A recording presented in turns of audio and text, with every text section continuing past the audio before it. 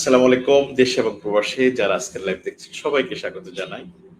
আরো একটি সেশন, আরো একটি লাইভ। আজকে একটু বিষয় নিয়ে কথা বলবো, শিশুর বারবার নিউমোনিয়া এর কারণ ও প্রতিকার।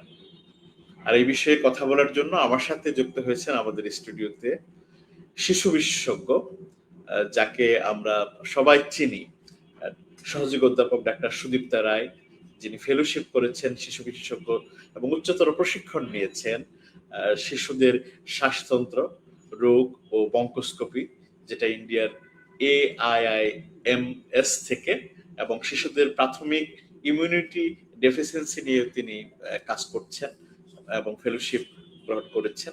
সহযোগী অধ্যাপক আদ্দিন মহিলা মেডিকেল কলেজ ও হাসপাতাল, পাশাপাশি চেম্বার করছেন ইনসাম বারাকা কিডনি এবং জেনারেল হাসপাতালে। ম্যাডাম, আমাদের অনুষ্ঠানে আপনাকে স্বাগত জানাই। ধন্যবাদ আপনাকে। সবাইকে শুভ সকাল। শুভ সকাল। এই মিষ্টি সকালে আমরা আজকে সুন্দর করে ম্যাডামকে পেয়েছি, সুন্দর করে আমাদের নতুন প্রজন্ম শিশুদের নিয়ে যে ম্যাডামকে যে কাজ করেন, তো সেই নতুন প্রজন্ম সেই শিশুদের বিভিন্ন রোগ নিয়ে আমরা কথা বলবো। আপনারা চাইলে কে কোন জায়গা থেকে লাইভ দেখছেন লিখে জানাতে পারেন, আর আপনাদের কিছু প্রশ্ন যদি আপনারা করতে চান অবশ্যই প্রশ্ন করতে পারেন। আমরা আজকের নির্ধারিত বিষয় শিশুর নিউমোনিয়া, এই বিষয়ে আমরা কথা বলবো কারণ এবং প্রতিকার নিয়ে। তো আমরা একটু ম্যাডামের কাছ থেকে সরাসরি জানতে চাচ্ছি শিশুদের নিউমোনিয়া কি এবং এটা কেন হয়। ধন্যবাদ আপনাকে কোশ্চেন করার জন্য। শিশুদের নিউমোনিয়া একটা খুব কমন একটা শ্বাসতন্ত্রের রোগ। এটা শ্বাসতন্ত্রের যদি আমি একদম শেষ ভাগে যাই, সেখানে অ্যালভিওলাই নামে একটা স্ট্রাকচার থাকে এবং এটাকে আমরা বায়ুথলিও বলতে পারি। এখানে যদি সংক্রমণ বা প্রদাহ হয়, এটাকে আমরা নিউমোনিয়া বলি, এবং এটা ভাইরাসজনিত কারণে সবচেয়ে বেশি হয়। ছোট বাচ্চাদের ক্ষেত্রে ব্যাকটেরিয়া, কোনো কোনো ক্ষেত্রে ফাঙ্গাসের কারণেও হতে পারে। জি ম্যাডাম, আর কোনো বিষয়ে যুক্ত করবেন কিনা যে শিশুর নিউমোনিয়া, আমি একটি মানে শিশুর বছরে কতবার নিউমোনিয়া হলে তাকে বারবার নিউমোনিয়া বলবো? এখন একটা কিন্তু হেলদি বাচ্চারও নিউমোনিয়া হতে পারে, এটা স্বাভাবিক হতে পারে, কিন্তু দুটা টার্ম আমরা ইউজ করি, একটা হচ্ছে পারসিস্টেন্ট নিউমোনিয়া আর একটা হচ্ছে রিকারেন্ট নিউমোনিয়া। পারসিস্টেন্ট নিউমোনিয়াটা আমি একটু ডেসক্রাইব করি প্রথমে। যদি কোনো বাচ্চার নিউমোনিয়া হয়, সাধারণত আমরা এক্সপেক্ট করি যে এটা যদি সঠিকভাবে অ্যান্টিবায়োটিক পায় 48 ঘন্টার মধ্যে বাচ্চার জ্বর কমে যাবে এবং উইদিন 7 ডেজের মধ্যে বাচ্চা সম্পূর্ণ ভালো হয়ে যাবে। কিন্তু বাচ্চার যদি নিউমোনিয়ার লক্ষণগুলো 1 মাস ধরে স্থায়ী হয়, অথবা আমরা সাধারণত নিউমোনিয়াতে একটা চেস্ট এক্সরে করি, রক্তের টেস্ট করি। চেস্ট এক্সরেতে যদি, যেটা আমরা অপাসিটি বলি বা প্রবলেম যেটা থাকে, রেডিওলজিক্যাল প্রবলেম, সেটা যদি 1 মাসের বেশি পারসিস্ট করে, সেটাকে আমরা পারসিস্টেন্ট নিউমোনিয়া বলি। এবং রিকারেন্ট নিউমোনিয়ার ক্ষেত্রে কোনো শিশুর যদি বছরে 2 বার নিউমোনিয়া হয়, অথবা যে কোনো সময় যদি 3 বার বা তার বেশি নিউমোনিয়া হয়, সেটাকে আমরা রিকারেন্ট নিউমোনিয়া বলি। তবে এক্ষেত্রে রিকারেন্ট নিউমোনিয়ার ক্ষেত্রে যেটা হবে, 2টা নিউমোনিয়ার এপিসোডের মধ্যে অবশ্যই বাচ্চার কোনো সমস্যা বা কোনো সিমটম থাকবে না, এবং চেস্ট এক্সরেও নর্মাল হয়ে যাবে। এটাই আর কি, আমরা এইভাবে আমরা এটাকে ডিফাইন করতে পারি। তো নিউমোনিয়া আমরা শিশুদেরই হয়, তো শিশুদের মানে কোন বয়সে এই শিশুদের নিউমোনিয়ার এই ঝুঁকিটা বেশি থাকে? নিউমোনিয়া যে কোনো বয়সেই হতে পারে, তবে 5 বছরের নিচের বাচ্চাদের নিউমোনিয়ার ঝুঁকিটা বেশি থাকে, এবং 2 বছরের নিচের বাচ্চাদের আরো বেশি থাকে, কারণ এই সময়টা বাচ্চাদের রোগ প্রতিরোধ ক্ষমতাটা একটু কম থাকে, ইমিউনিটিটা সেরকমভাবে বিল্ড আপ হয় না, সেজন্য এই বাচ্চাগুলো বেশি রিস্কে থাকে। তো আমরা সব কিছুর পিছনে কারণ থাকে, যদি আমাদের আজকের বাচ্চাদের শিশুদের নিউমোনিয়ার কারণ খুঁজবো, ম্যাডাম যদি একটু বলেন যে এই নিউমোনিয়া গুলোর জন্য কোন বিষয়গুলো দায়ী থাকে, কেন নিউমোনিয়া হয়? নিউমোনিয়া একটা বাচ্চার, যেটা আমি বললাম, একটা হেলদি বাচ্চারও নিউমোনিয়া হতে পারে, যেটাকে আমরা কমিউনিটি অ্যাকোয়ার্ড নিউমোনিয়া বলি। কিন্তু কোনো বাচ্চার যদি বারবার নিউমোনিয়া হয়, সেটার কারণ বের করাটা খুবই গুরুত্বপূর্ণ। তার আগে আমাদের জানতে হবে নিউমোনিয়াটা কেন বারবার হতে পারে একটা শিশুর। তো সেক্ষেত্রে বারবার নিউমোনিয়া বা পারসিস্টেন্ট নিউমোনিয়ার ক্ষেত্রে কিছু আন্ডারলাইং প্রবলেম থাকতে পারে। যেমন আমি যদি এটাকে বলি যে কোনো বাচ্চার যদি জন্মগত হার্টের প্রবলেম থাকে, কনজেনিটাল হার্ট ডিজিজ, সবচেয়ে মোস্ট কমন হচ্ছে ভেন্ট্রিকুলার সেপ্টাল ডিফেক্ট। তো এই প্রবলেমগুলো থাকলে দেখা যায় বাচ্চার নিউমোনিয়া হওয়ার প্রবণতা বেড়ে যায়। অথবা বাচ্চার যদি শ্বাসতন্ত্রে, যেটা আমরা ফুসফুস বলি, ফুসফুসের কোনো গঠনগত প্রবলেম থাকে, গঠনগত প্রবলেম থাকলেও সেখানেও বাচ্চার নিউমোনিয়া হওয়ার ঝুঁকিটা বেড়ে যায়। এরপরে আরেকটা ক্যাটাগরি আছে যেটাতে মনে করেন অ্যাসপিরেশন রিলেটেড সমস্যা। একটা বাচ্চার যদি নিউরোলজিক্যাল প্রবলেম থাকে বা নিউরোমাসকুলার প্রবলেম থাকে, যেমন সেরিব্রাল পলসি নামে একটা রোগ আছে, সেখানে বাচ্চার সোয়ালোয়িং ডিসফাংশন হয়। তো সেক্ষেত্রে বাচ্চা সোয়ালোয়িং করতে গিয়ে তার কিছু খাবারের অংশ শ্বাসনালীতে চলে যায়, এটা একটা প্রধান কারণ। কিন্তু শুধু নিউরোলজিক্যাল প্রবলেম থাকলেই অ্যাসপিরেশন নিউমোনিয়া হয় না। কোনো কোনো বাচ্চার ক্ষেত্রে যদি শ্বাসতন্ত্রের গঠনগত প্রবলেম থাকে, সেক্ষেত্রেও নিউমোনিয়া হতে পারে, অ্যাসপিরেশন নিউমোনিয়া। ইনফ্যান্সিতে, যে প্রথম 1 বছরের বাচ্চাদের দেখা যায় তাদের খাবার খেতে গিয়ে কোনো সময় খাবারটা ফোর্সফুলি খাওয়ালো বা যে কোনো কারণে খাবারটা শ্বাসনালীতে চলে যায়, এ কারণেও হতে পারে। আরেকটা ব্যাপার আছে, আমাদের অনেক সময় খুব কমন একটা প্রবলেম থাকে, যেমন ধরেন যে মুখের মধ্যে যদি প্যালেট দেখি, সেখানে ক্লেভড প্যালেট যদি থাকে, তারপরে এখানে সফট প্যালেট বললে হার্ড প্যালেট, সফট প্যালেট এগুলো আছে, এইগুলোতে যদি ক্লেফট থাকে সেক্ষেত্রেও একটা ইম্পর্টেন্ট কজ, তাদের বারবার অ্যাসপিরেশন নিউমোনিয়া হতে পারে। এবং আরেকটা জিনিস, বাচ্চাদের একটা অসুখ আছে যেটাকে আমরা গ্যাস্ট্রোএসোফেজিয়াল রিফ্লাক্স ডিজিজ বলি। সেক্ষেত্রে কি হয়, খাদ্য নালীর পাকস্থলী থেকে খাদ্য নালীর উপর দিয়ে খাবারটা তার উঠে আসে, খাওয়ার পরে বাচ্চা খাওয়ার পরেই বমি করে, এবং বমি করতে গিয়ে অথবা বমি না করলেও সাইলেন্ট অ্যাসপিরেশন হয়, সেক্ষেত্রেও খাদ্যনালী থেকে খাবারটা ডাইরেক্ট সরাসরি শ্বাসনালীতে চলে আসছে, তখন একটা নিউমোনিয়া হওয়ার একটা চান্স থাকে। এগুলোর বাইরে আপনার হচ্ছে ইমিউনো ডিফিসিয়েন্সি, যেটা আমি বলবো যে রোগ প্রতিরোধ ক্ষমতাটা কম, এটা কিন্তু একটা হচ্ছে জন্মগত কারণে ইমিউনো ডিফিসিয়েন্সি হতে পারে, যেটাকে আমরা প্রাইমারি ইমিউনো ডিফিসিয়েন্সি বলি।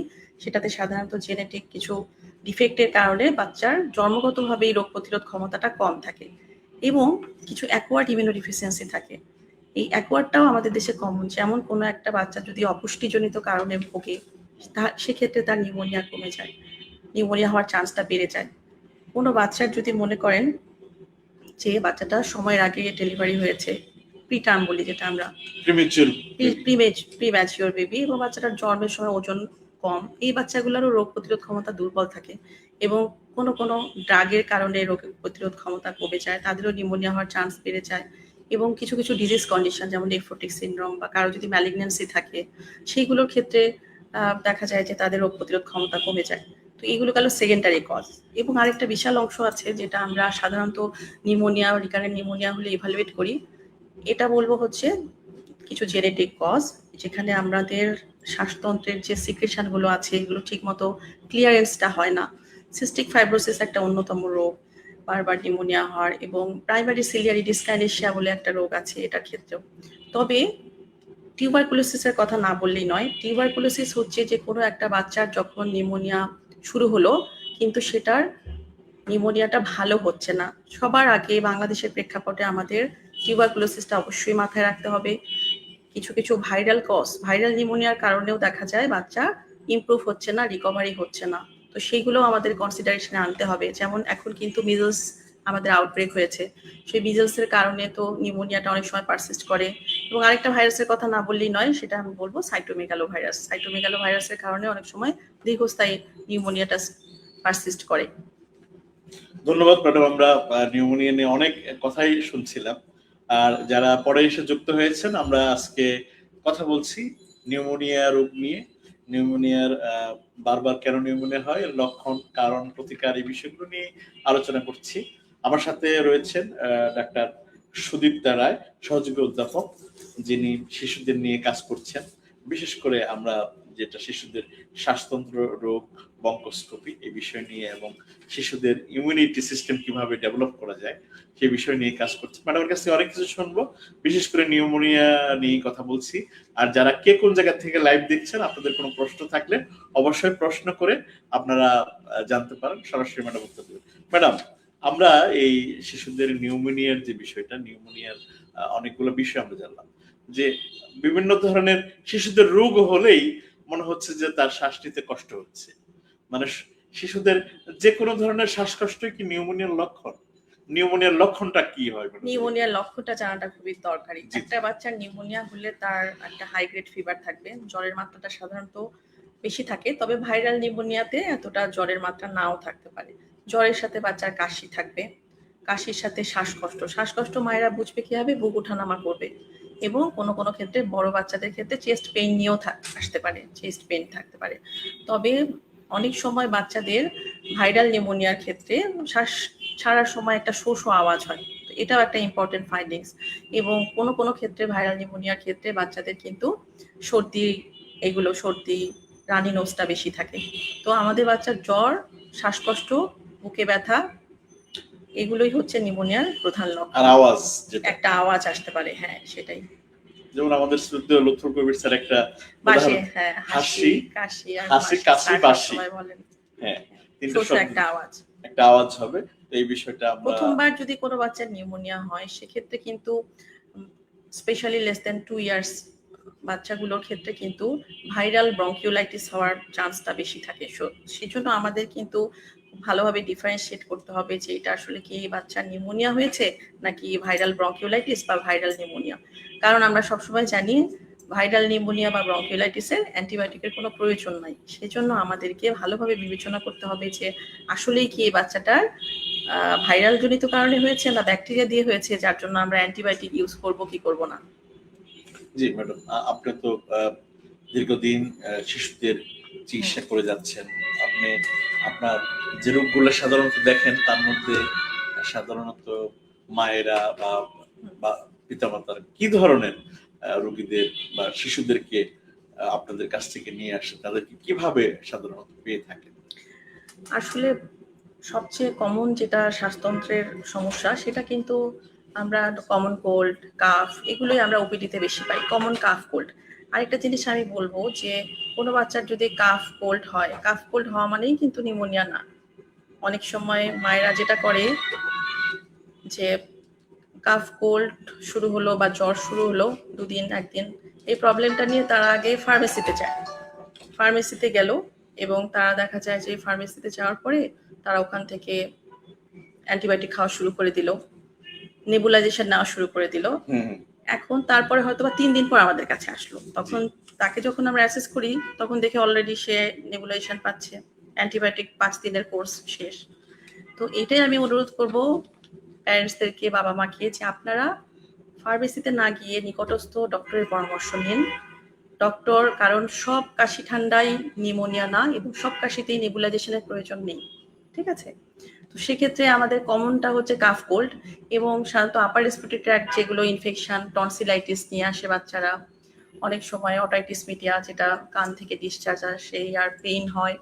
তারপর বাচ্চাদের সাধারণত ফ্যারিঞ্জাইটিস, হ্যাঁ, গলা ব্যথা, তারপর হচ্ছে যেটা টনসিলাইটিস তো বললামই, হ্যাঁ, ল্যারিঞ্জাইটিস, এইগুলো প্রবলেম নিয়ে আসে। এবং তারপরে যখন লোয়ার রেসপিরেটরি ট্র্যাক্টে যাই আমরা, 2 বছরের নিচের বাচ্চার সবচেয়ে প্রধান কারণ হচ্ছে বাচ্চারা ব্রঙ্কিওলাইটিস, যেটা বাচ্চার হঠাৎ করে একটু নাক দিয়ে পানি পড়বে, কাশি শুরু হবে, বাচ্চার হালকা জ্বর থাকবে এবং শ্বাসকষ্ট। এবং এই জিনিসটাকে সাধারণত আমরা সবাই নিউমোনিয়া বলে থাকি, এটা ব্রঙ্কিওলাইটিস কিন্তু শিশুদের প্রধান রোগ শ্বাসতন্ত্রের। এবং এটা কিন্তু বাচ্চাদের কোনো অ্যান্টিবায়োটিক লাগে না, এটাতে জাস্ট সিমটোমেটিক ট্রিটমেন্ট দিলেই ভালো হয়ে যায়। তবে বাচ্চার যদি রোগের তীব্রতা বেশি থাকে, শ্বাসকষ্ট বেশি থাকে, খেতে সমস্যা থাকে, সেক্ষেত্রে তো অবশ্যই হসপিটালে ভর্তি করতে হবে। তখন বাচ্চাকে অক্সিজেন মেইনলি লাগে, এটাতে অক্সিজেন এবং আদার যে সাপোর্টিভ ট্রিটমেন্টগুলো আছে, ফিডিং এনশিওর করা, এয়ারওয়েটাকে ক্লিয়ার রাখা, এগুলো ইম্পর্টেন্ট।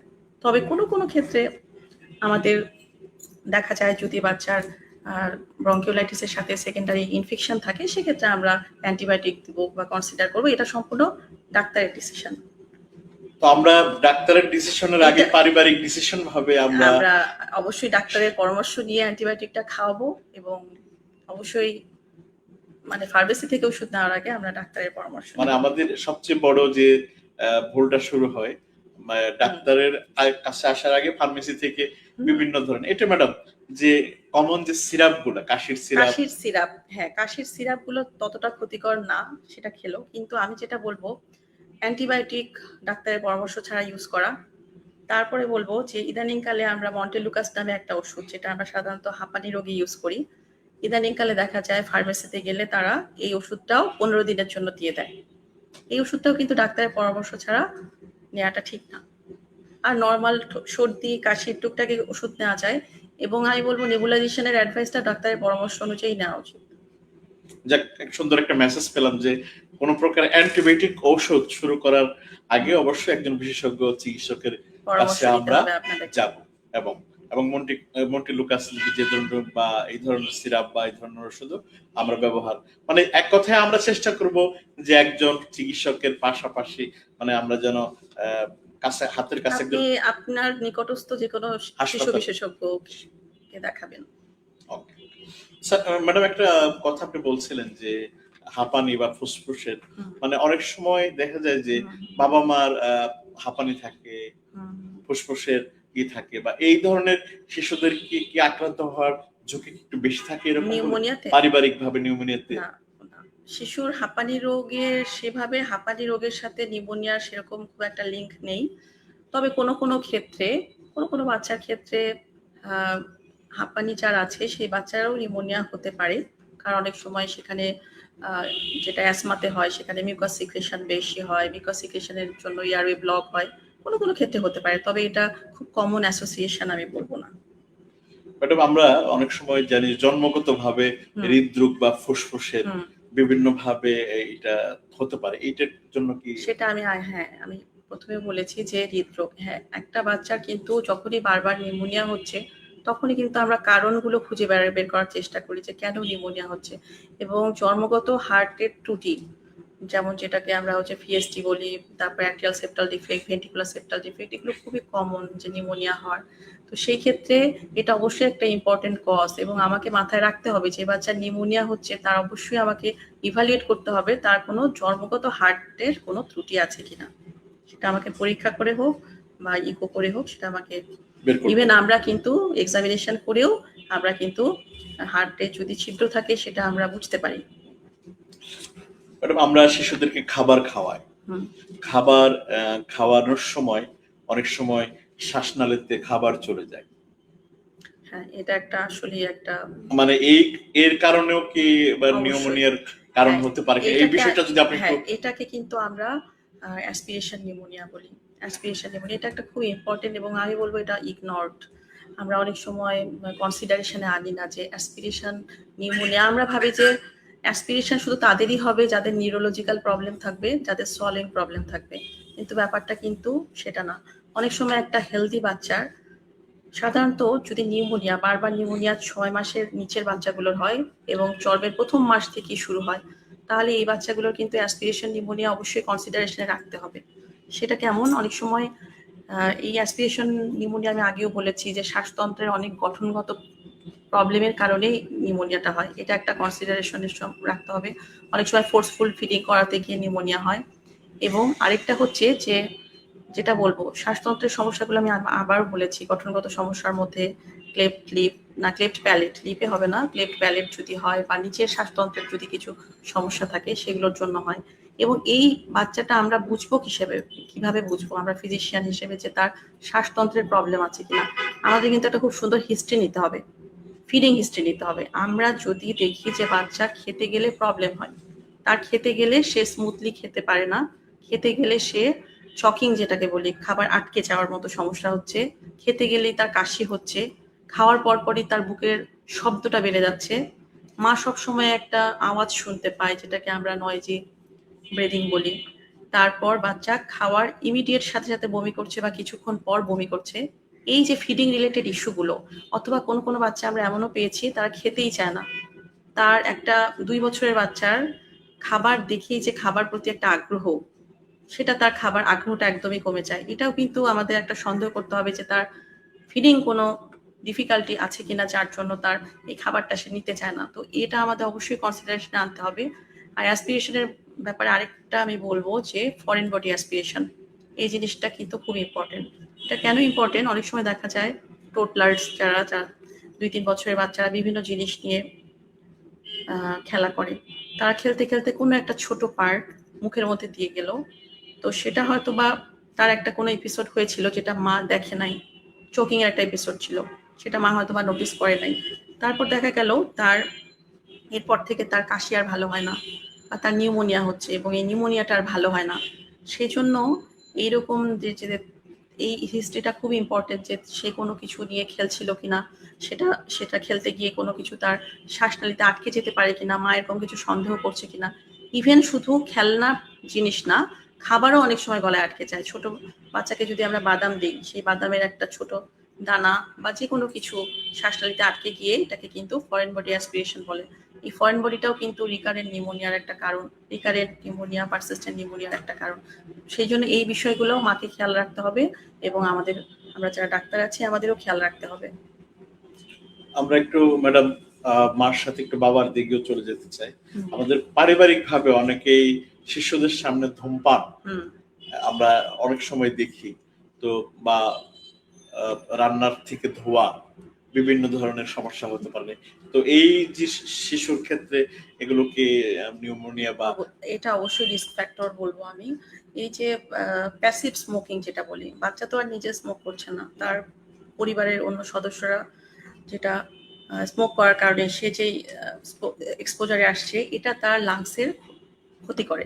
লাংসে এটা কিন্তু একটা ইনফ্লামেটরি স্টেট তৈরি করে এবং লাংসে যেখানে ইনফ্লামেশন হবে সেখানে মিউকাস প্রোডাকশন হবে এবং এটা তার নিউমোনিয়া হওয়ার রিস্ক বাড়িয়ে দেয়, যে কোনো রেসপিরেটরি ট্র্যাক্টের ইনফেকশন হওয়ার রিস্ক বাড়িয়ে দেয়। সেই জন্য অবশ্যই এটা থেকে বিরত থাকতে হবে। বাচ্চার বাসায় স্মোকিং করা যাবে না এবং অ্যাভয়েড করতে হবে যে ধোঁয়া যেন কোথা থেকে না আসে, জ্বালানি থেকে যেন ধোঁয়া না আসে। ম্যাডাম আমরা কোন কোন পরীক্ষার মাধ্যমে নির্ণয় করতে পারি যে বাচ্চার নিউমোনিয়া হয়েছে? এর জন্য পরীক্ষা নিরীক্ষা যদি আমরা করতে চাই তাহলে কি করা প্রয়োজন?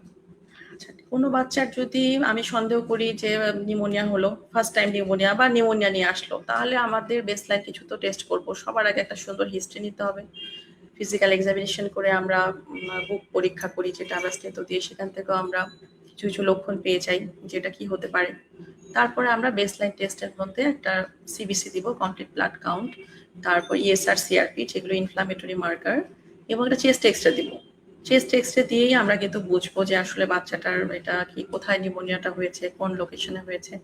এটা হচ্ছে বেসিক টেস্ট এবং তারপর আমরা ট্রিটমেন্ট শুরু করব। তবে যদি কোনো বাচ্চার বারবার নিউমোনিয়া হয়, সেক্ষেত্রে কিন্তু আমরা যদি যারা আমরা পালমোনোলজি বা রেসপিরেটরি শ্বাসতন্ত্রের রোগ নিয়ে কাজ করি, তাদের কিন্তু লক্ষ্যই থাকে এই বারবার নিউমোনিয়া হওয়ার কারণগুলো আমাদের খুঁজে বের করতে হবে। কারণ নিউমোনিয়া আপনি ট্রিটমেন্ট দিলেন, ভালো হলো, কিন্তু তার 6 মাস পর 2 মাস পর আবার নিউমোনিয়া হবে। তো বারবার শুধু নিউমোনিয়া ট্রিটমেন্ট করা যাবে না এবং তার নিউমোনিয়া কেন হচ্ছে আন্ডারলাইন কজটা বের করতে হবে।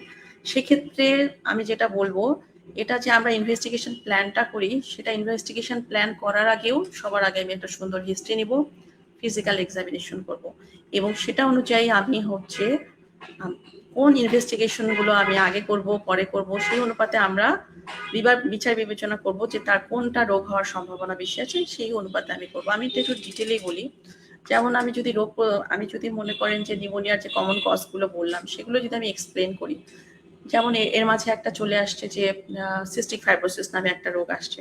তো সিস্টিক ফাইব্রোসিসের রোগটা কিন্তু বোঝার জন্য আমাদের কিন্তু একটা সুন্দর হিস্ট্রি নিতে হবে। যেমন এই বাচ্চার শুধু নিউমোনিয়াই হয় না, এই বাচ্চার পায়খানার সাথে তেল যায়, তো এই হিস্ট্রিটা আমাকে নিতে হবে। এই বাচ্চার দেখা যায় যে বাবা মার সাথে আত্মীয়ের মধ্যে বিয়ে থাকতে পারে, তো এটাও একটা রিস্ক ফ্যাক্টর। বাচ্চার জন্মের পরে দেখা গেছে যে প্রথম পায়খানাটা যেটা করে এটা অনেক ডিলে করেছে, বা জন্মের পর প্রথম মাসে তার জন্ডিসটা অনেক বেশি ছিল, এরপর থেকে বাচ্চার বৃদ্ধি ঠিক মতো হয় না, গ্রোথ ঠিক মতো হচ্ছে না, বারবার নিউমোনিয়া হচ্ছে। শুরুর দিকে প্রথম 1-2 বছরে বাচ্চার খুব শব্দ হয়, বুকের সাথে শোষো আওয়াজ হয়, তার কাশি ভালো হয় না এবং তার পায়খানার সাথে তেল যাচ্ছে। এই লক্ষণগুলো যদি পাই তাহলে আমি এটাকে অবশ্যই সিস্টিক ফাইব্রোসিস নামে যে রোগটা আছে এটাই সন্দেহ করব এবং এই রোগটা সন্দেহ করলে তার জন্য যে টেস্টগুলো লাগে সেই টেস্টটা আমরা সবার আগে করি। সোয়েট ক্লোরাইড টেস্টটা কিন্তু বাংলাদেশে হয়, আমাদের যে তিবারাকা হসপিটাল আছে ওখানে হয়, শিশু হসপিটালে হয়। সেটা টেস্ট করব এবং আনুষঙ্গিক আরো কিছু টেস্ট করব, পায়খানায় তেল যায় কিনা সেটা টেস্ট করব। তারপর সেটা আমরা রোগটা নির্ণয় করব। এবং এবং যদি আরেকটা রোগের কথা আমি বলেছি যে ইমিউনোডিফিসিয়েন্সি, প্রাইমারি ইমিউনোডিফিসিয়েন্সি, যে জন্মগত তার রোগ প্রতিরোধ ক্ষমতা কম। এই রোগটাও আমি হিস্ট্রি থেকে কিন্তু বুঝতে পারি। এই রোগে দেখা যায় বাচ্চা শুধু নিউমোনিয়াই হচ্ছে না, বাচ্চার দেখা যাচ্ছে তার অন্যান্য সিস্টেমগুলোও ইনভলভ হচ্ছে। যেমন তার বারবার কানে ইনফেকশন হচ্ছে, যেটাকে আমরা অটাইটিস মিডিয়া বলি। এই বাচ্চারও কনসেনগুইনিটি যেটা বলি, স্বামী স্ত্রীর মধ্যে আত্মীয়ের মধ্যে বিয়ে, এটা থাকতে পারে। বাচ্চার বারবার ডায়রিয়া হচ্ছে, গ্রোথ ঠিক মতো হচ্ছে না, তার জিহ্বার মধ্যে বারবার ফাঙ্গাল ইনফেকশন হচ্ছে, যেটাকে আমরা ওরাল থ্রাশ বলি। তারপর বাচ্চার চামড়ার মধ্যে ঘা হচ্ছে, ফোড়া হচ্ছে। যখন মাল্টি সিস্টেম ইনভলভ করবে তখন আমরা তাকে কিন্তু চিন্তা করব যে এই বাচ্চাটার রোগ প্রতিরোধ ক্ষমতার প্রবলেম আছে জন্মগত। তো সেক্ষেত্রে আমরা ইমিউনোডিফিসিয়েন্সি লাইনের টেস্টগুলো করব।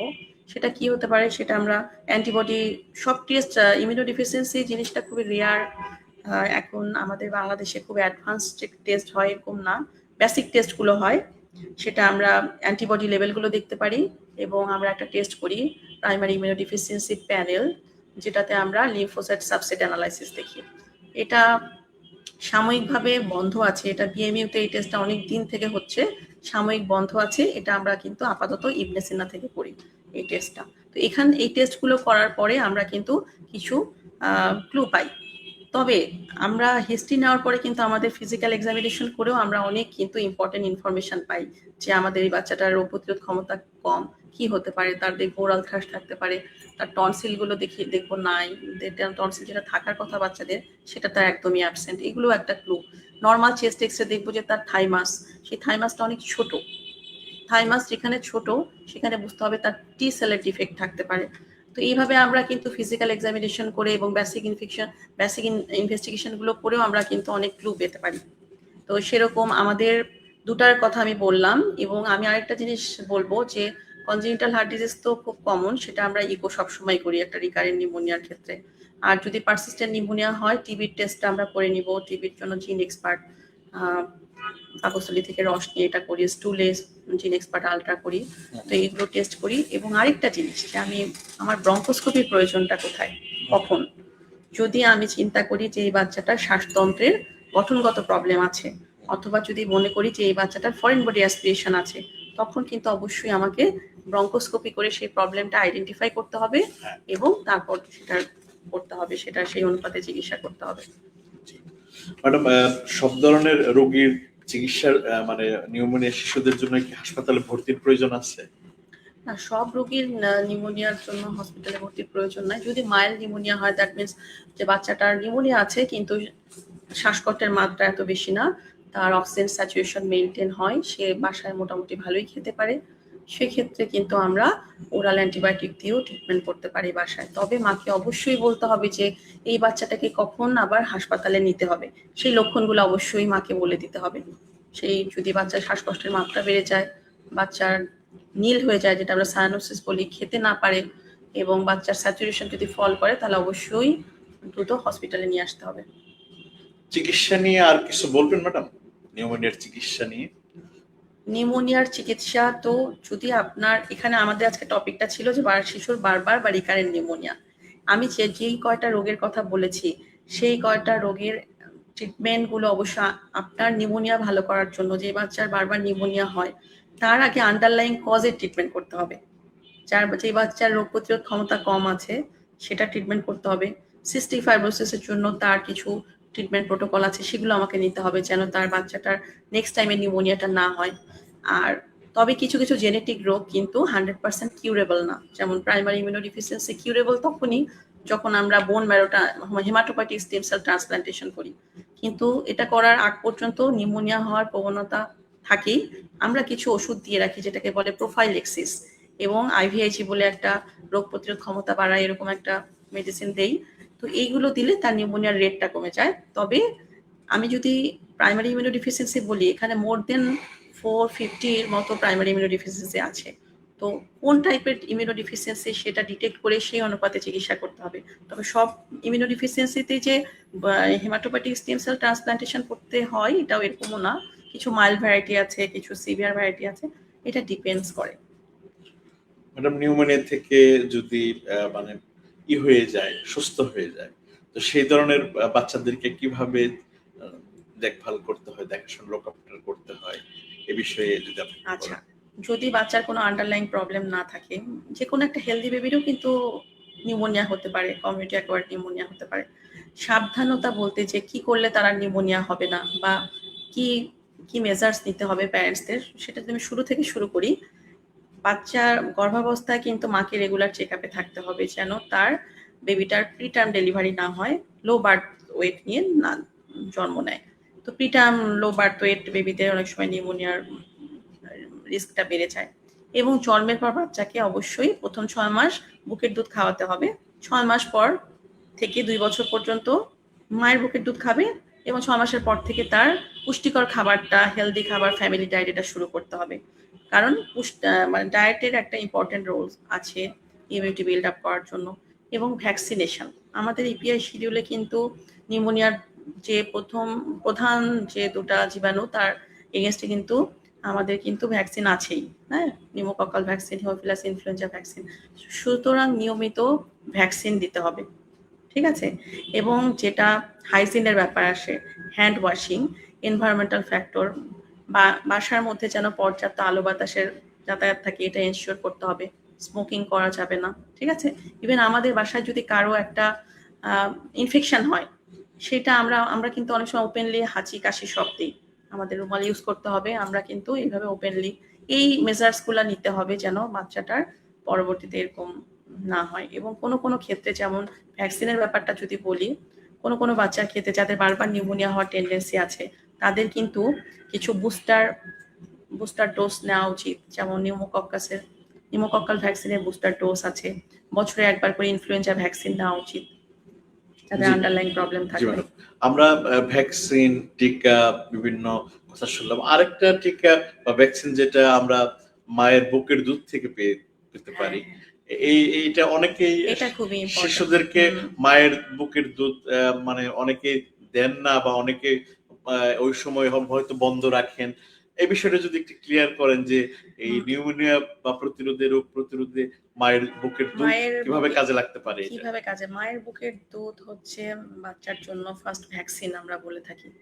প্রথমেই যে শাল দুধটা থাকে, যেটা ঘন দুধ, এখানে খুবই উপকারী। তো মায়ের বুকের দুধে কিছু উপাদান থাকে, যেমন কিছু অ্যান্টিবডি থাকে, হ্যাঁ, IgA থাকে, আরো কিছু রোগ প্রতিরোধ উপাদান থাকে, রোগ প্রতিরোধ করার মতো উপাদান থাকে। সেই উপাদানগুলো জীবাণুকে মেরে ফেলে, হ্যাঁ, রোগ প্রতিরোধ ক্ষমতা বাড়ায়। সেই জন্য দেখা গেছে যে বাচ্চাগুলো এক্সক্লুসিভ ব্রেস্ট ফিডিং করে 6 মাস, এদের কিন্তু নিউমোনিয়া বা শ্বাসতন্ত্রের অন্যান্য রোগ হওয়ার টেন্ডেন্সিটা কমে যায়, কারণ তাদের ইমিউনিটিটা অনেক স্ট্রং থাকে মায়ের বুকের দুধ খেলে। সেজন্য আমার অ্যাডভাইস থাকবে, আপনারা অবশ্যই বাচ্চাকে প্রথম 6 মাস এক্সক্লুসিভ ব্রেস্ট ফিডিং করাবেন এবং তারপরও 2 বছর পর্যন্ত অন্যান্য খাবারের পাশাপাশি মায়ের বুকের দুধ দিতে হবে। জি, অনেক ধন্যবাদ ম্যাডাম। আমরা আজকে আপনার কাছ থেকে আমরা শুনলাম ম্যাডাম, এই শিশুর বারবার নিউমোনিয়া বা শিশুদের রোগ নিয়ে আপনি যদি আর শেষের দিকে যদি আর কিছু বলতে চান। এখন বারবার নিউমোনিয়া আমি এই কথাটাই বলবো যে আমরা কিন্তু এটা আমার একটা অনুরোধ থাকবে যে আমরা যারা শিশু বিশেষজ্ঞ আছি, কোনো বাচ্চার যদি বারবার নিউমোনিয়া হয়, সেই বাচ্চাটাকে অবশ্যই রেফার করতে হবে। যারা আমরা শিশুর শ্বাসতন্ত্রের জটিল রোগ নিয়ে কাজ করি, তাদেরকে রেফার করলে আমরা আন্ডারলাইন কজগুলো ফাইন্ড আউট করতে পারবো। এবং যেই বাচ্চার আন্ডারলাইন কোনো জেনেটিক প্রবলেম থাকে, যার নিউমোনিয়াটা হয়তো আমরা কন্ট্রোলে রাখতে পারবো কিন্তু ডিজিজটা কিওর করতে পারবো না, আন্ডারলাইন জেনেটিক ডিফেক্টটা আমরা কিওর করতে পারবো না, সেই ক্ষেত্রে বাচ্চাদের কিন্তু নিয়মিত ফলো আপটাও খুব ইম্পর্টেন্ট। সেক্ষেত্রে আমি মাদেরকেও একটা কথা বলবো যে আপনারা বাচ্চার নিউমোনিয়া যাদের বারবার হয় তাদের কিন্তু 3 মাস পর একটা ফলো আপ মেনটেন করতে হয়, কারণ বাচ্চার ওষুধের কার্যকারিতা দেখা, বাচ্চার গ্রোথ ঠিক মতো আছে কিনা। এবং আমরা আরেকটা ইনফেকশন সার্ভিলেন্স আমরা থ্রোট সোয়াব বা স্পুটাম নিয়ে দেখি যে তার নতুন কোনো জীবাণু গ্রো করলো কিনা। সেটার ক্ষেত্রে আমার মনে হয় আপনারা ডাক্তারদের পরামর্শ অনুযায়ী অবশ্যই নিয়মিত ফলো আপে আসবেন এবং ডক্টরের অ্যাডভাইস মেনে চলবেন। ম্যাডাম, একজন প্রশ্ন করেছিল, অলরেডি যদি এ বিষয়ে আলোচনা করেছেন, অনলাইনে একটা প্রশ্ন, নিউমোনিয়া রোধে কি করা যায়, এ বিষয়ে আপনি কথা বলেছেন। তারপরে যদি নিউমোনিয়া রোধে কি করা যায়, ইমরান হোসেন প্রশ্ন করেছেন, সেটা আমি বলবো। যেটা আমি বললাম আবার বলছি, সেটাই আমি রিপিট করছি। প্রেগন্যান্সি চলাকালীন সময় থেকে মায়ের যত্ন নিতে হবে, হ্যাঁ, রেগুলার ফলো আপে থাকতে হবে যেন একটা প্রিটার্ম লো বার্থ ওয়েট বেবির জন্ম না হয়। প্রিটার্ম লো বার্থ ওয়েট বেবির নিউমোনিয়া হওয়ার চান্স বেড়ে যায়। এবং এরপরে যেটা আমাদের করণীয়, মা অবশ্যই 6 মাস পর্যন্ত এক্সক্লুসিভ ব্রেস্ট ফিডিং করাবে। 6 মাসের পরেও আরো 2 বছর, টোটাল 2 বছর মায়ের বুকের দুধ খাওয়াতে হবে। সেকেন্ডলি দেখতে হবে যে ভ্যাকসিনগুলো, ইপিআই শিডিউলের ভ্যাকসিনগুলো যেন পায় সেটা আমাদের এনশিওর করতে হবে, এবং বাচ্চাকে পুষ্টিকর খাবার দিতে হবে এবং হাইজিন মেনটেন করতে হবে, হ্যান্ড ওয়াশিং, তারপর হচ্ছে স্মোকিং অ্যাভয়েড করতে হবে আদার ফ্যামিলি মেম্বারদের। এগুলো নিয়ম মেনে চললে নিউমোনিয়া প্রিভেন্ট করা যেতে পারে। জি, প্রশ্ন এসেছিল অফলাইনে যে আমরা ডাক্তার সুদীপ্তা রায়ের জন্য আমরা কোথায় কোথায় চিকিৎসা পেতে পারি, ম্যাডামকে আমরা কোথায় কোথায় পেতে পারি? যদি আমি শুরুতে বলে দিয়েছি, তারপরেও আপনি একটু সবাইকে বলার জন্য। অবশ্যই ইনসাফ বারাকা হাসপাতালে ম্যাডাম এখন চেম্বার করছেন সকালবেলা, সপ্তাহে এখন আমরা কয়দিন পেয়ে? এখন আমি বিকালে করি 4 দিন। বিকেলে 4 দিন। বিকেলে 4 দিন ইনসাফ বারাকা হাসপাতালে ম্যাডাম একটা পাবেন, আমরা চিকিৎসা করব। ম্যাডাম আমরা সোশ্যাল মিডিয়ায় ইনসাফ বারাকা হাসপাতালের আমাদের এই ছোট্ট আয়োজন মানুষকে সচেতন করতে, আজকে 2021 সালে আমরা শুরু করেছিলাম, আমরা 5 বছর পার করে 6 বছরে চলে এসেছি। আজকে 77তম পর্বের আপনি অতিথি হিসেবে এসেছেন। ম্যাডাম আমাদের এই ছোট্ট আয়োজন সম্পর্কে একটু মূল্যায়ন যদি করেন। না, এটা তো অবশ্যই একটা ভালো, আমি অবশ্যই বলবো এটা খুব একটা ভালো উদ্যোগ, কারণ জানতে হবে। এটা যেমন আমরা যা কাজ করছি সেটাও যেমন জনসাধারণকে জানতে হবে, তাহলে তাদের মধ্যে সচেতনতা বাড়বে, তারা বুঝতে পারবে যে তার বাচ্চার যে প্রবলেমটা আছে সেই বাচ্চার জন্য কোথায় হেল্প পাওয়া যাবে। এবং এইটা খুব গুরুত্বপূর্ণ, এই কমিউনিকেশনটা খুবই দরকার, যেন জনসাধারণের মধ্যে এই জিনিসগুলোর স্প্রেড হয় যে কি প্রবলেম হলে কোথায় যেতে হবে এবং আমাদের বাংলাদেশে কি কি সুযোগ আছে, এইগুলো জানা খুবই দরকারি। সেদিক থেকে তো বলবো যে এটা খুবই একটা ভালো উদ্যোগ। অনেক অনেক ধন্যবাদ ম্যাডাম, আমাদের অনুষ্ঠানে আজকে আপনি এসেছেন। আপনাকে এই বলে বিদায় দিই যে ম্যাডাম অবশ্যই আমাদের সবসময় বাংলাদেশের শিশু যারা রয়েছে, আজকের শিশু আগামী দিনের ভবিষ্যৎ, তাদের নিয়ে আপনি কাজ করছেন। আপনার জন্য শুভকামনা, আপনাদের সাথে যুক্ত থাকুন। আর যারা আজকে লাইভ দেখছেন তাদেরকেও বলবো যে যে কোনো সময় আপনারা আপনাদের শিশুদের বিভিন্ন রোগ নিয়ে আপনারা আসেন। ম্যাডাম একটা প্রশ্ন যেতে যেতে যদি আপনি একটু উত্তর দেন, যে শিশুদের রোগ, আমরা শিশু বিশেষজ্ঞদের মাঝেও বিভিন্ন ধরনের প্রকার রয়েছে, ধরন রয়েছে। আমরা মানে শিশুর রোগ হলেই আমরা যে কোনো শিশু বিশেষজ্ঞের কাছে কি যাব, বা কিভাবে যাব, যে কোন রোগ আমি কার কাছে যাব, এই বিষয়ে যদি ম্যাডাম একটু যেতে যেতে একটু বলেন। ম্যাডাম আমি শিশু বিশেষজ্ঞ, ফার্স্টলি আমি শিশু বিশেষজ্ঞ। আমি শিশুদের সাধারণ যত রোগ আছে সেগুলো তো অবশ্যই আমরা সব শিশু বিশেষজ্ঞরাই ডিল করি, কিন্তু কখন আপনি একজন স্পেশালিস্টের কাছে যাবেন সেটা, যেমন আমি যদি আমার বিষয়ে বলি, যখন একটা বাচ্চার বারবার নিউমোনিয়া হচ্ছে, যদি একটা বাচ্চার বারবার শব্দ হয়, শ্বাসতন্ত্রের জটিল রোগ, যখনই কোনো একটা জিনিসের জটিলতা চলে আসে, তখনই কিন্তু আমার মনে হয় বিশেষজ্ঞদের পরামর্শ নেওয়া উচিত, যারা সেই বিষয়ে কাজ করছে। বুঝতে পারছেন? এমনি সাধারণ লোক, আমরা সাধারণ যেগুলো রোগ আছে সেগুলো আমরা সবাই ট্রিটমেন্ট করি, কিন্তু স্পেশাল কিছু ক্ষেত্রে জি, আমরা অবশ্যই, আমরা এক কথায় যে আমরা অনুষ্ঠানে অনেক আলোচনা করলাম যে কেন নিউমোনিয়া হয়, শিশু শ্বাসকষ্ট কেন, শিশুদের রোগ হয়, আর এর চিকিৎসা, প্রতিকার, লক্ষণ, এই বিষয় নিয়ে আলোচনা করেছি। এবং ম্যাডাম একটা কথা যেটা বলেছেন আমি কোট করতে চাই, যে ফার্মেসি থেকে শিশুর যে চিকিৎসা শুরু হয়, এটা যেন, এই ভুলটা যেন আমরা না করি। আমরা অবশ্যই হাতের কাছে যে কোনো ক্লিনিক বা হাসপাতাল, সরকারি হাসপাতাল হতে পারে, বেসরকারি হাসপাতাল হতে পারে, আমরা যেন সেখানে এসে একজন ডাক্তারের মাধ্যমে যেন শিশুর চিকিৎসা শুরু করতে পারে, কারণ আজকের শিশু আগামী দিনের ভবিষ্যৎ। বারবার কথাটা বলছি। তো ধন্যবাদ সবাইকে। ম্যাডাম আপনাকে ধন্যবাদ। আজকে শেষ করতে চাই। সকল দর্শককে ধন্যবাদ। Thank you. ওকে, আমরা নেক্সট পর্বে দেখা হবে পরবর্তী কোনো একজন বিশেষজ্ঞ চিকিৎসককে নিয়ে। সে পর্যন্ত ভালো থাকবেন। ইনসাফ বারাকা হাসপাতাল স্বাস্থ্য কথা এখানে শেষ করছি। আল্লাহ হাফেজ।